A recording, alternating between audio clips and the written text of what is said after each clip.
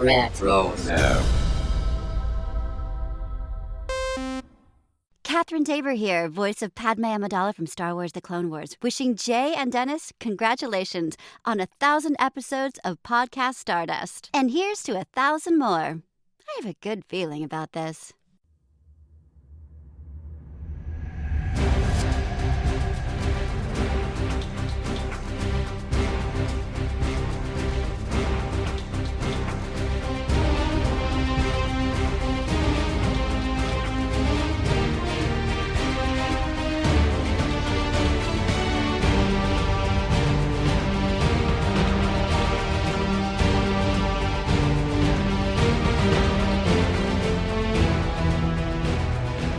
Welcome to Podcast Stardust. This is the fully armed and operational podcast dedicated to Star Wars news, reviews, and discussion. I'm Dennis Keithley. And I'm Jay Krebs. And you may have felt a disturbance in the Force, and that's because we're covering the Clone Wars on a Wednesday, not a Monday. But as we've been saying, we had to shuffle our schedule a little bit to accommodate our 1,000th episode extravaganza, so we didn't want to leave you without an episode in our rewatch, and we're doing it today. But before we get into that, Jay, you want to remind everybody where we can be found on social media? You got it. We are on Facebook and Instagram at Podcast Stardust.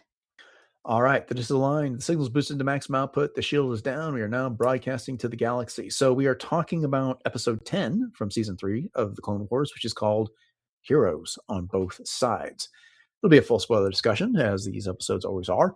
Jay, you want to go ahead and give us the episode summary, please? Yes, and ironically, this is episode 1001 of Podcast Stardust as well. Very good. All right, here we go. A debate concerning deregulating the banks has arisen in the Republic Senate. Deregulation will permit the Republic to get a loan to acquire more clones and pursue the war, but the opposition, led by Padmé Amidala and Bail Organa, desires peace talks. To that end, Padmé recruits Ahsoka to help her get to Raxus, the Separatist capital, to meet with an old friend, Lux Bonteri.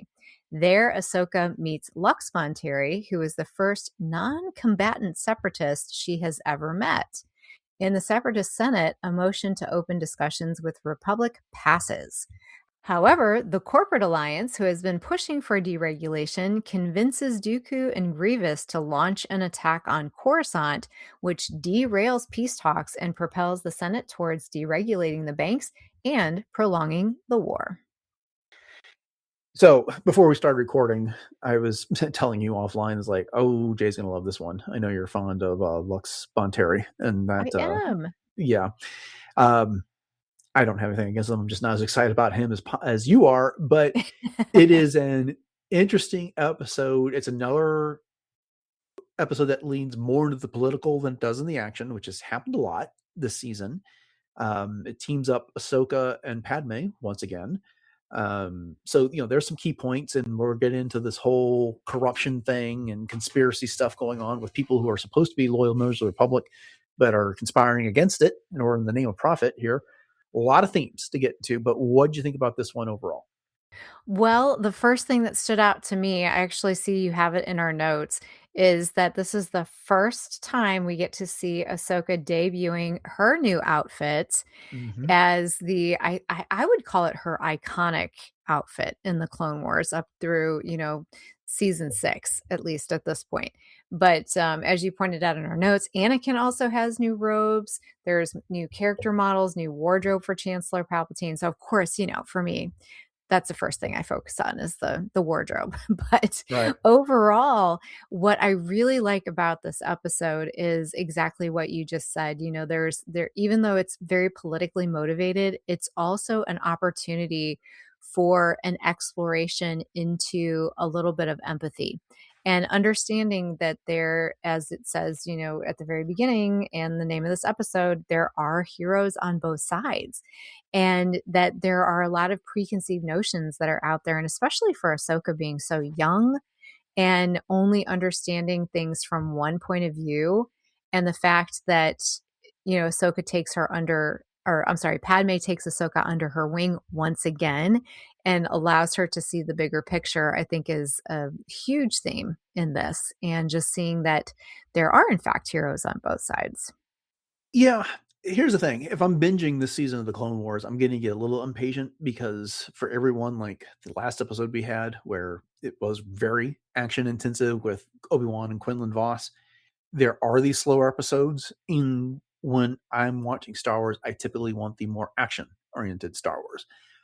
But that's not the way we're consuming this season. And so when we're focusing on the single episode, this is an interesting episode because it does what the movies do not. No, it's not any ground breaking revelation that Heroes on Both Sides is lifted directly from the opening crawl, Revenge of the Sith. Dave Filoni even talks about that in the featurette on this. And it is something that they say in the opening crawl of Revenge of the Sith, but they never explore, right? I mean, Heroes on Both Sides will always see villains from the Separatists in the movies.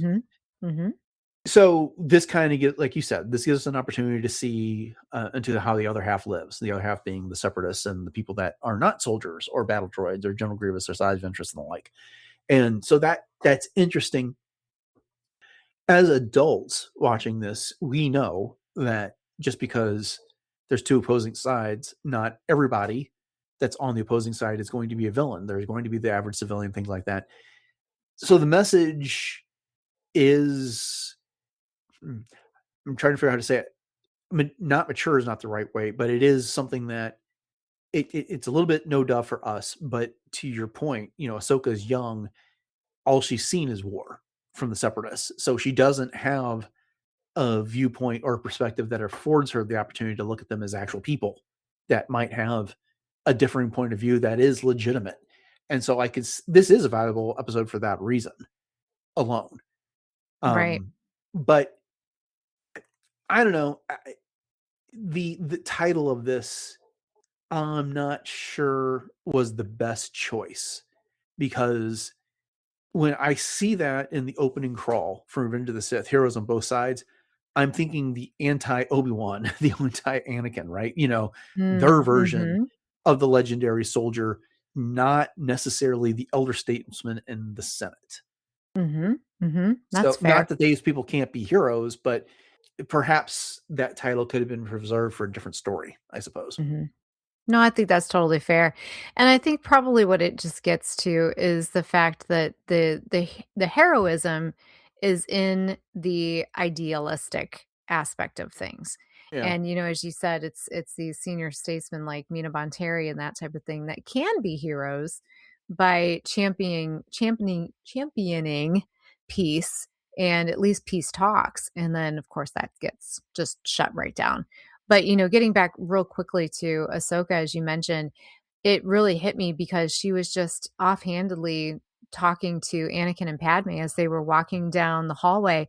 Well, the Separatists are evil. I mean, that was just her, They started this boom. war, right? Yeah, they started this war. The Separatists are evil. And that Mhm. was her only viewpoint into that side of things until, of course, she met Mina and Lux. Yeah. See, here's the other thing I have a problem with this title, Heroes on Both Sides. The people that are being traded, the heroes, never get recognized as the heroes. Why? Because although their argument may have prevailed in the Senate, then it got completely undermined by Dooku authorizing the attack of these maintenance droids on the power generator on Coruscant that derails everything. So there's no lasting memory of them being heroes for anything that happens in this episode. True. Okay. Well, we got a lot of things to talk about, and I'm hoping to keep this less than 30 minutes because I got a lot of editing to do. But from this past week, this is an interesting timing on this. We just have finally gotten away from the story arc, which we had a couple episodes that preceded the season 1 finale, and now we've had a couple episodes that were after the season 1 finale. But here we are in season 3. And not only that, this episode precedes something that happens in episode 2. So this is not the most current thing that happens in the Clone Wars. And they make sure to point out in the trivia guide that after this, there's not so much jumping around. It's just kind of like we had a bunch of stories to tell, and then we figured out we liked those stories so much we wanted to tell more about that story. And now we got that out of our system. You can count on things being a bit more linear going forward.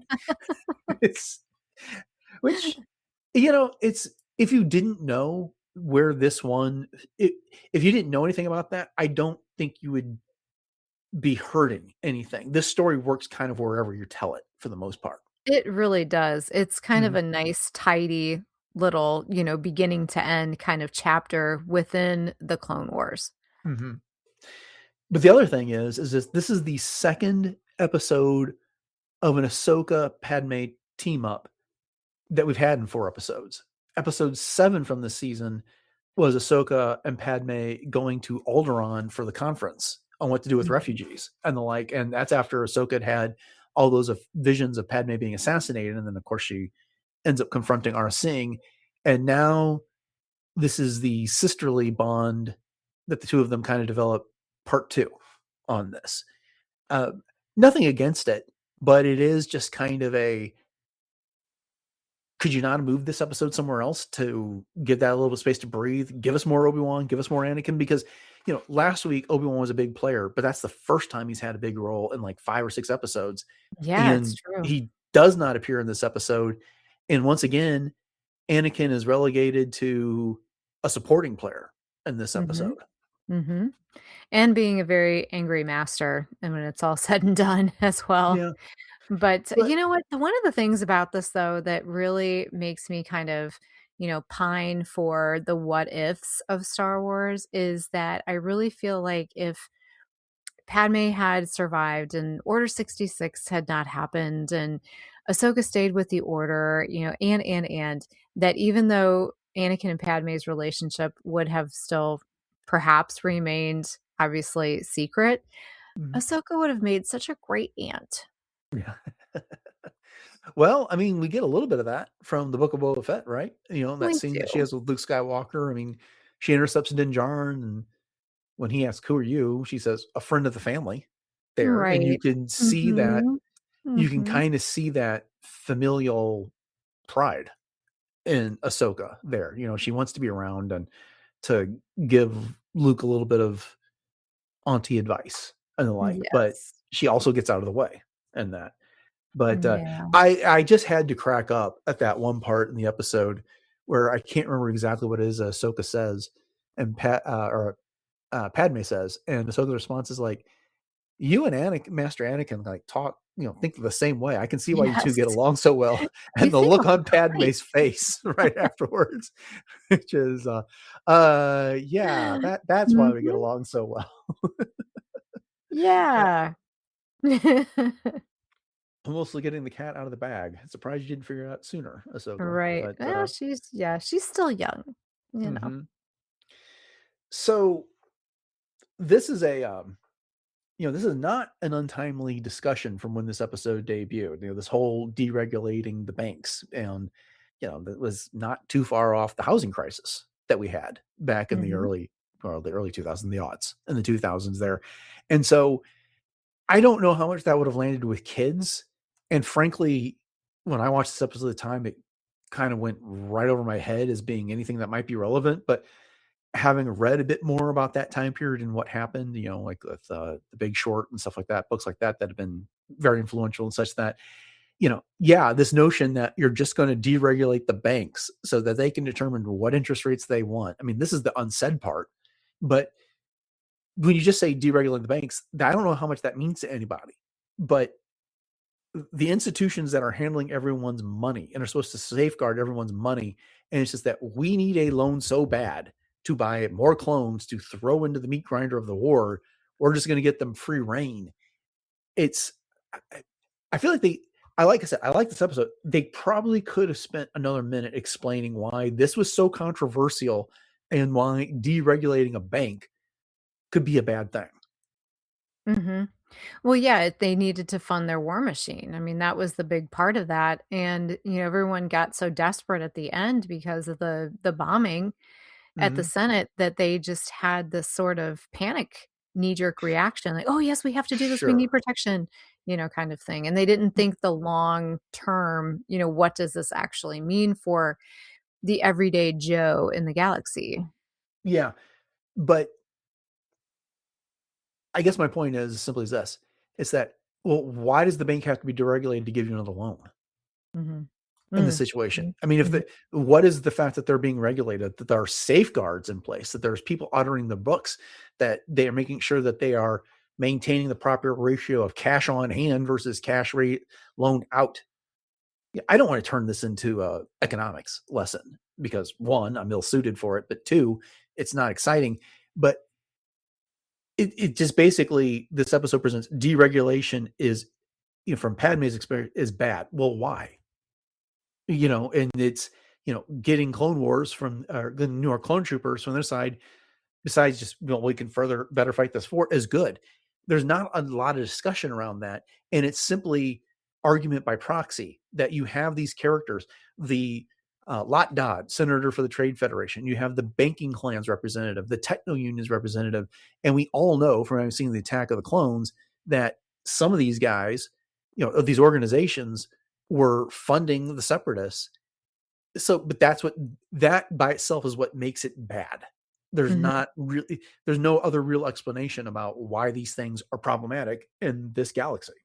Mhm, and plus, from the very beginning, Padme was against the Military Creation Act for much more than just economics. It Mhm. was a lot of that was also for humanitarian reasons and just for preventing war in general and for keeping peace. Yeah. So it goes well beyond, the financial. And of course, she's seen what the financial can do when it's not regulated properly from just her time on Naboo as well. Yeah. Look, I realize this movie has got basically 22 minutes in this movie. This episode's got 22 minutes in order to tell its story, much like The Mhm. Phantom Menace basically had 2 hours to tell its story. And taxation of the trade routes is in dispute. Well, no one really tells us what the dispute is, or why there's a dispute, or why it's so bad that the Trade Federation is willing to starve an entire world.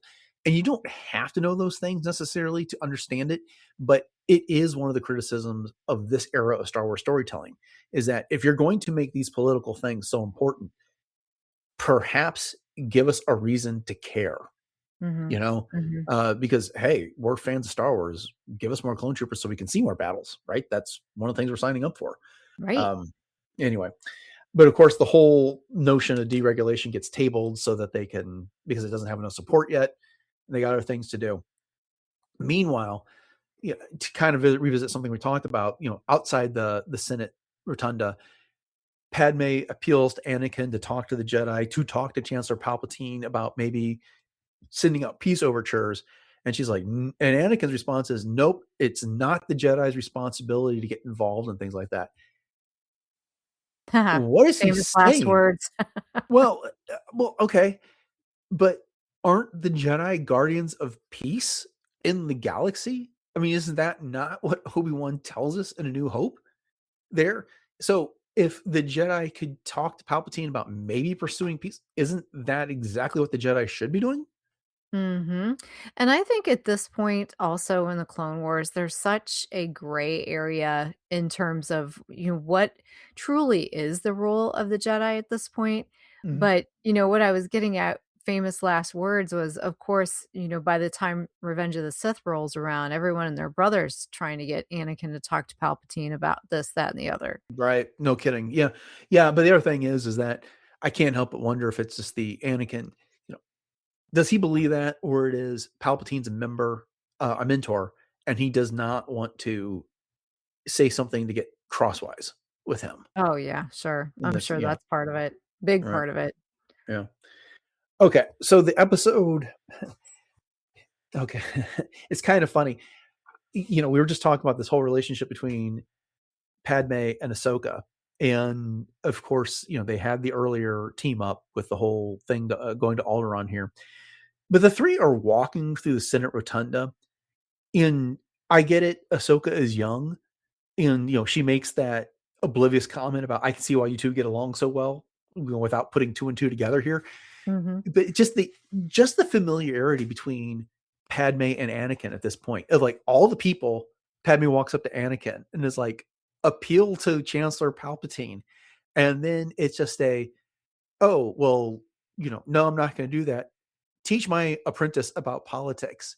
It is like the mom and dad argument in front of, you know, Yes. Anakin's daughter, Padmé's stepdaughter, is essentially the familiarity there. And Ahsoka just is like, she's not picking up on this.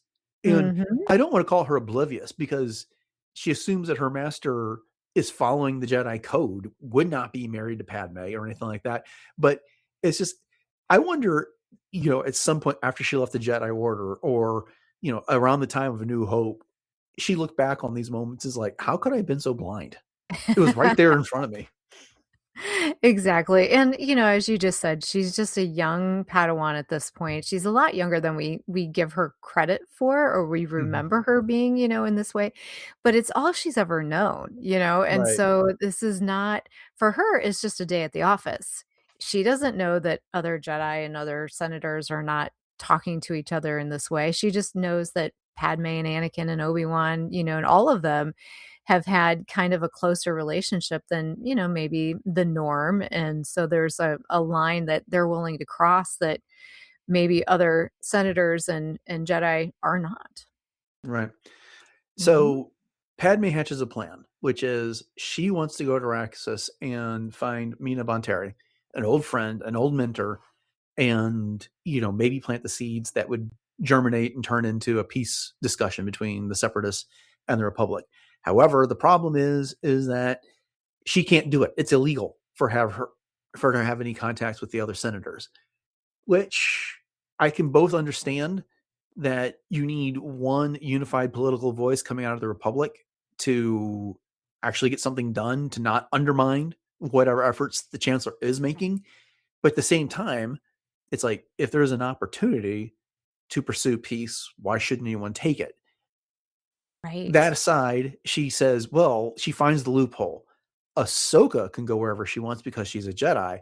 And Anakin just said that Ahsoka should learn politics from her. So we'll go to Mandalore, which is a neutral world, and then take a shuttle to Raxus, which is exactly Perfect. what they do. And then they catch up with Mina and her son Lux on this. Yes. And two things about that is number one, when you pointed out that they made it illegal to talk to separatists because it kind of quote unquote legitimizes them if you open up those talks. So as you said, it's understandable you don't want to undermine, what's going on. But then again, if you prohibit talking from happening, how are you ever going to have negotiation? So Right. there's that. And then the second thing was all I could think of, is that this is the same kind of thing that Padme pulled when she was on Tatooine with Anakin, or when she was on Naboo with Anakin, and Anakin says, "Oh, but I have to, I have to stay on Naboo with you," and she said, "No, you were sent to protect me. I'm going to Tatooine. So if you want to come with me, you can Geonosis, come with me." yeah. Or Geonosis, yes, Yeah. that you can come with me. They were on Tatooine. So yeah, this is the exact same kind of thing that she pulls with that, finding those loopholes, as you said. Yeah, she's incredibly smart. So Oh yeah, for sure. yeah. Now, here's the thing. What she did there is arguably legal. There was no law that was preventing her from going to Geonosis. But she basically, it's not even a gray area. She violated the law here. And the thing is that she counted on her relationship with Palpatine at the end when there's this whole notion of, hey, let's put this up for a vote with the Senate because I've got it on good authority that the Separatists will be interested in peace talks. Well, how do you know this? Can I talk to you in private? Mhm. I was there. How I set this up is not important, but it is important that we do it. Palpatine's got that over her. And yeah, I mean, she went out on this limb to do this. But to backtrack here, they go to Raxus. And I know this is a planet that also gets visited by the Bad Batch when we get to, I think, Yes. season 2. And when we hear Raxus, it just jumps out at us because Raxus Prime was a planet that showed up time and again in various Legends video games set during the Clone Wars.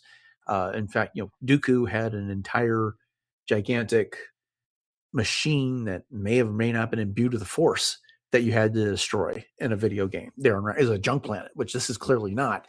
And the episode guide is very non-committal about how Raxus and Raxus Prime may or may not be related, but it does point out they're clearly different planets because this one's not covered in junk. So, yeah, if you heard of Raxus before, that's why. But we There get you a go. chance to see the Separatist Senate after Padmé consults with Mina, and they have a somewhat similar discussion as what happens in the Republic. The difference is that Dooku is appearing by hologram, and he's going through all the appropriate protocol, but we all know, well, I guess it's not all that different. Chancellor Palpatine, who's Darth Sidious, is in charge of the Senate. Yep. So you have the two Sith Lords in charge of this, going through the protocols, paying lip service to everything that's going to happen. But then when they don't get the result they want, they manipulate things in the background. Yes. Yeah, and it's so ironic because, like you said, you've got both Sith Lords manipulating both sides of the coin here and making everyone else their little puppets in the process. And I thought, to myself too, I get it that Padme and Ahsoka wanted to be present for the vote when Mina was, promoting this to the rest of the Senate. But then I was sitting there thinking to myself, okay, yeah, so they had hoods on. What if Dooku saw them both sitting there? Right. What would he have thought? You know what I mean? He calls on them. Yeah. What would the Oh. senator from Naboo think about all this? I could just see the Yeah. eruption there in the Senate. But okay, Oof. but it is a cool parallel that we've got, and see, I get it. The heroes from both sides shows up in the crawl, but I think there would have been another. I don't know what it is off the top of my head, but there would have been another way of still getting that idea across that these are peoples on opposite sides of a dispute, but they have similar ideals, which is, Mhm. the Republic is believed to be corrupt by the Separatists, and so that's why they left. That their needs weren't being addressed. Meanwhile, the Republic looks at it like we are a nation, so to speak, much like the Civil War here in the United States. You can't leave. It's disrupting the common good. You're being led by corrupt individuals, and you've attacked some of our worlds. So there's legitimate disputes on both sides to this. That's cool to see. Mhm.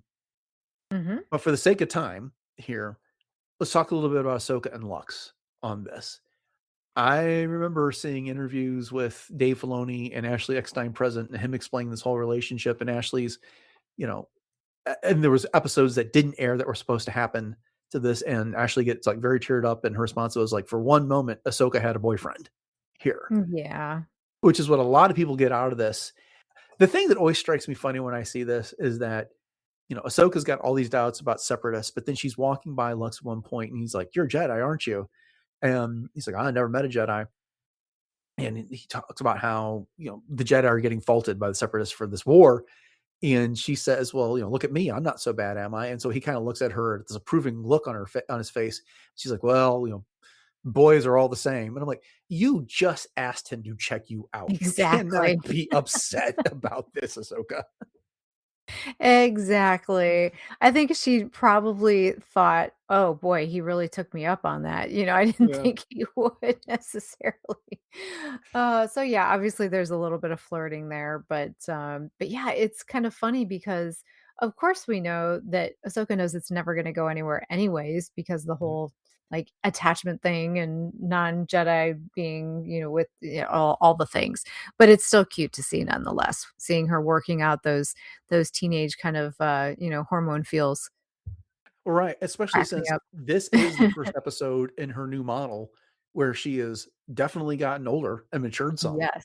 She's Uh-huh. not as quite preteen looking anymore. Mhm. And so it's all to say that they really did. I think you put it right. They really are leaning into hormonal teenager for her, meeting another hormonal teenager on the opposite side. Right. It's kind of like Romeo and Juliet to a degree there. Uh-huh. So Yep. And not the last time that we'll see Lux and Ahsoka team up. yeah, indeed. Okay, so this whole arrangement, you've got both sides, the senates for both sides, independently deciding that some peace negotiation needs to have. And this is good news for everyone except for this corporate alliance who needs the war to go on so they can make more money. And they're very upset. So they ask Dooku and Grievous to arrange something to make sure this doesn't happen. And that is that these undercover sanitation droids show up, slaughter everybody in the power generation station, and then blow it up to knock out the power in Coruscant, which is very clear the separatist attack and destroys any opportunity for a peace negotiation. on that. I got to say, one of the things I appreciated is that, Lot Dodd, we all know he's slimy and that Mhm. no matter how much he protests in the Senate, he is a separatist. He is in cahoots with Dooku and everything that's going on to prolong this war. And it's all in the name of profit. But somehow they don't come off as just the Saturday morning mustache twirling villain in all of it. Their greed is forefront, but I don't know how to say it. Am I making sense to you on this? Yes. What did you Yes. think about the way they were portrayed? Well, and here's the thing too, there's a little bit of history, obviously, with all of this as well, with the Neimoidians, for example, and Padme, because there was even the conversation towards the beginning where they're talking about this and who was it that said, oh, I know someone that could eliminate her for us, meaning Padme, and Lot Dad says, oh, I think you'll find that to be a little bit more difficult than you than you think. Yeah, right. So so there is that kind of reputation that precedes her sort of thing, but it is a lot more diabolical feeling than, as you said, the mustache twirling kind of villains. And I think a lot of that comes down to the fact that they were willing to, basically, sacrifice people and just Coruscant in general, and saying, well, Coruscant hasn't been attacked in so many years, and well, this is the perfect time to do it. It will create panic in the whole, all of this. And I have to say, I loved these sanitation droids turning into like the Transformers and doing all the things. That was Hmm. cool. Oh yeah, the triple changers. They went from sanitation Yeah, droids to battle droids to to bombs. bombs. Yeah. Yeah, I mean, I limited a little bit about how much action there wasn't in here, but that was a very horrific way for the deal. I mean, these poor guys just doing their jobs, and all of a sudden the Hmm. droids show up and slaughter all of them there. And again, in a But kids show, as we've said before, yeah, it's a very violent end to their careers there. right. But then we get to see the conspiracy on full display with these guys. So Hmm. the vote fails to negotiate peace with the separatists, and then they immediately move to deregulate the bank because the war is going to go on. And um I mean, no Senate moves that fast. We've seen that time and again, but No, it's true. again, you got it, for the sake of a 22-minute story, it has to happen that way, and that's fine. So it's a loss for Padme and stuff like that. But the one moment that we get at the end of this is that you get the first instance of Ahsoka seeing the flaws with everything that's going on with the Republic, with the Jedi, and everything like this. Before she went into this a true believer in the Jedi cause and what the Republic was doing, that the Separatists were evil. They started this war. We've got to defeat them and preserve the Republic. And now she meets Lux and his mom, and she sees that things aren't so black and white, that, Mhm. they are people over there, which I think this is like the first step on setting her down that path to leaving the Jedi Order eventually. Oh, yeah, definitely, and this is just another type of leap in her character arc overall, which is so important. Hmm. Indeed. All right. Well, I think we've covered most of the big points here of this episode. Is there anything you want to add before we wrap it up? I think we've pretty much hit on everything, and I really appreciate, being able to revisit these episodes, as I always say, Mhm. but, again, just seeing the way that things are evolving and the characters and everything, and some really great story beats in this one, so, yeah. Yeah, yeah, yeah. I find myself with this season, it's like it's a lot of episodes that I don't make a point of watching, but now that we're doing them for this sake of individual analysis, I'm like, wow, I really enjoyed that more than I thought I did. Mhm. But I also find that with some of the books we talk about, that's just one of the best things about this podcast is when we really sit down and break down the content. It's you find more things to dig into, and it's always been a lot of fun. So Yes. okay. Well, then, thank you all for joining us for this episode of Podcast Stardust and our ongoing Clone Wars rewatch. And this episode, which is called, Heroes on Both Sides. Hope you've enjoyed it. And we'll be back next week with more discussion of the Clone Wars. So if you want to make sure you get that downloaded automatically for you so you don't forget, please make sure to subscribe to the podcast on your podcatcher of choice. We would love it if you could rate and review the show while you're at it. That helps the algorithms and get us in front of more people. And then if you want to catch more episodes of the show and more of our discussions of the Clone Wars, you can head over to retrozap.com, and all of our discussions are there. Most podcatchers are only going to give you the last 200 or 300 episodes. So, that RetroZap site is a good place to catch everything we've done. I mean, including our last episode 1000, where we were just kind of celebrating the legacy of the show on such a momentous episode. But Jay, you want to go ahead and remind everybody what our social media contacts are and where else we can be found online? Absolutely. So you can always find us on our Instagram and Facebook social media pages, which is at Podcast Stardust, very conveniently. And we also have all of our fun Pinterest boards set up, so you can check those out. And if you're looking for alternate places to listen to the show, you can hit us up on both of our YouTube outlets, which include the traditional YouTube as well as YouTube Music. And if you'd like to drop us a line, you can do so at podcaststardust@gmail.com. And we also have our TeePublic store where you can pick up some Podcast Artist swag, and every one of those purchases does help to support the show. So if you'd like to do that, just hit up the link in our show notes.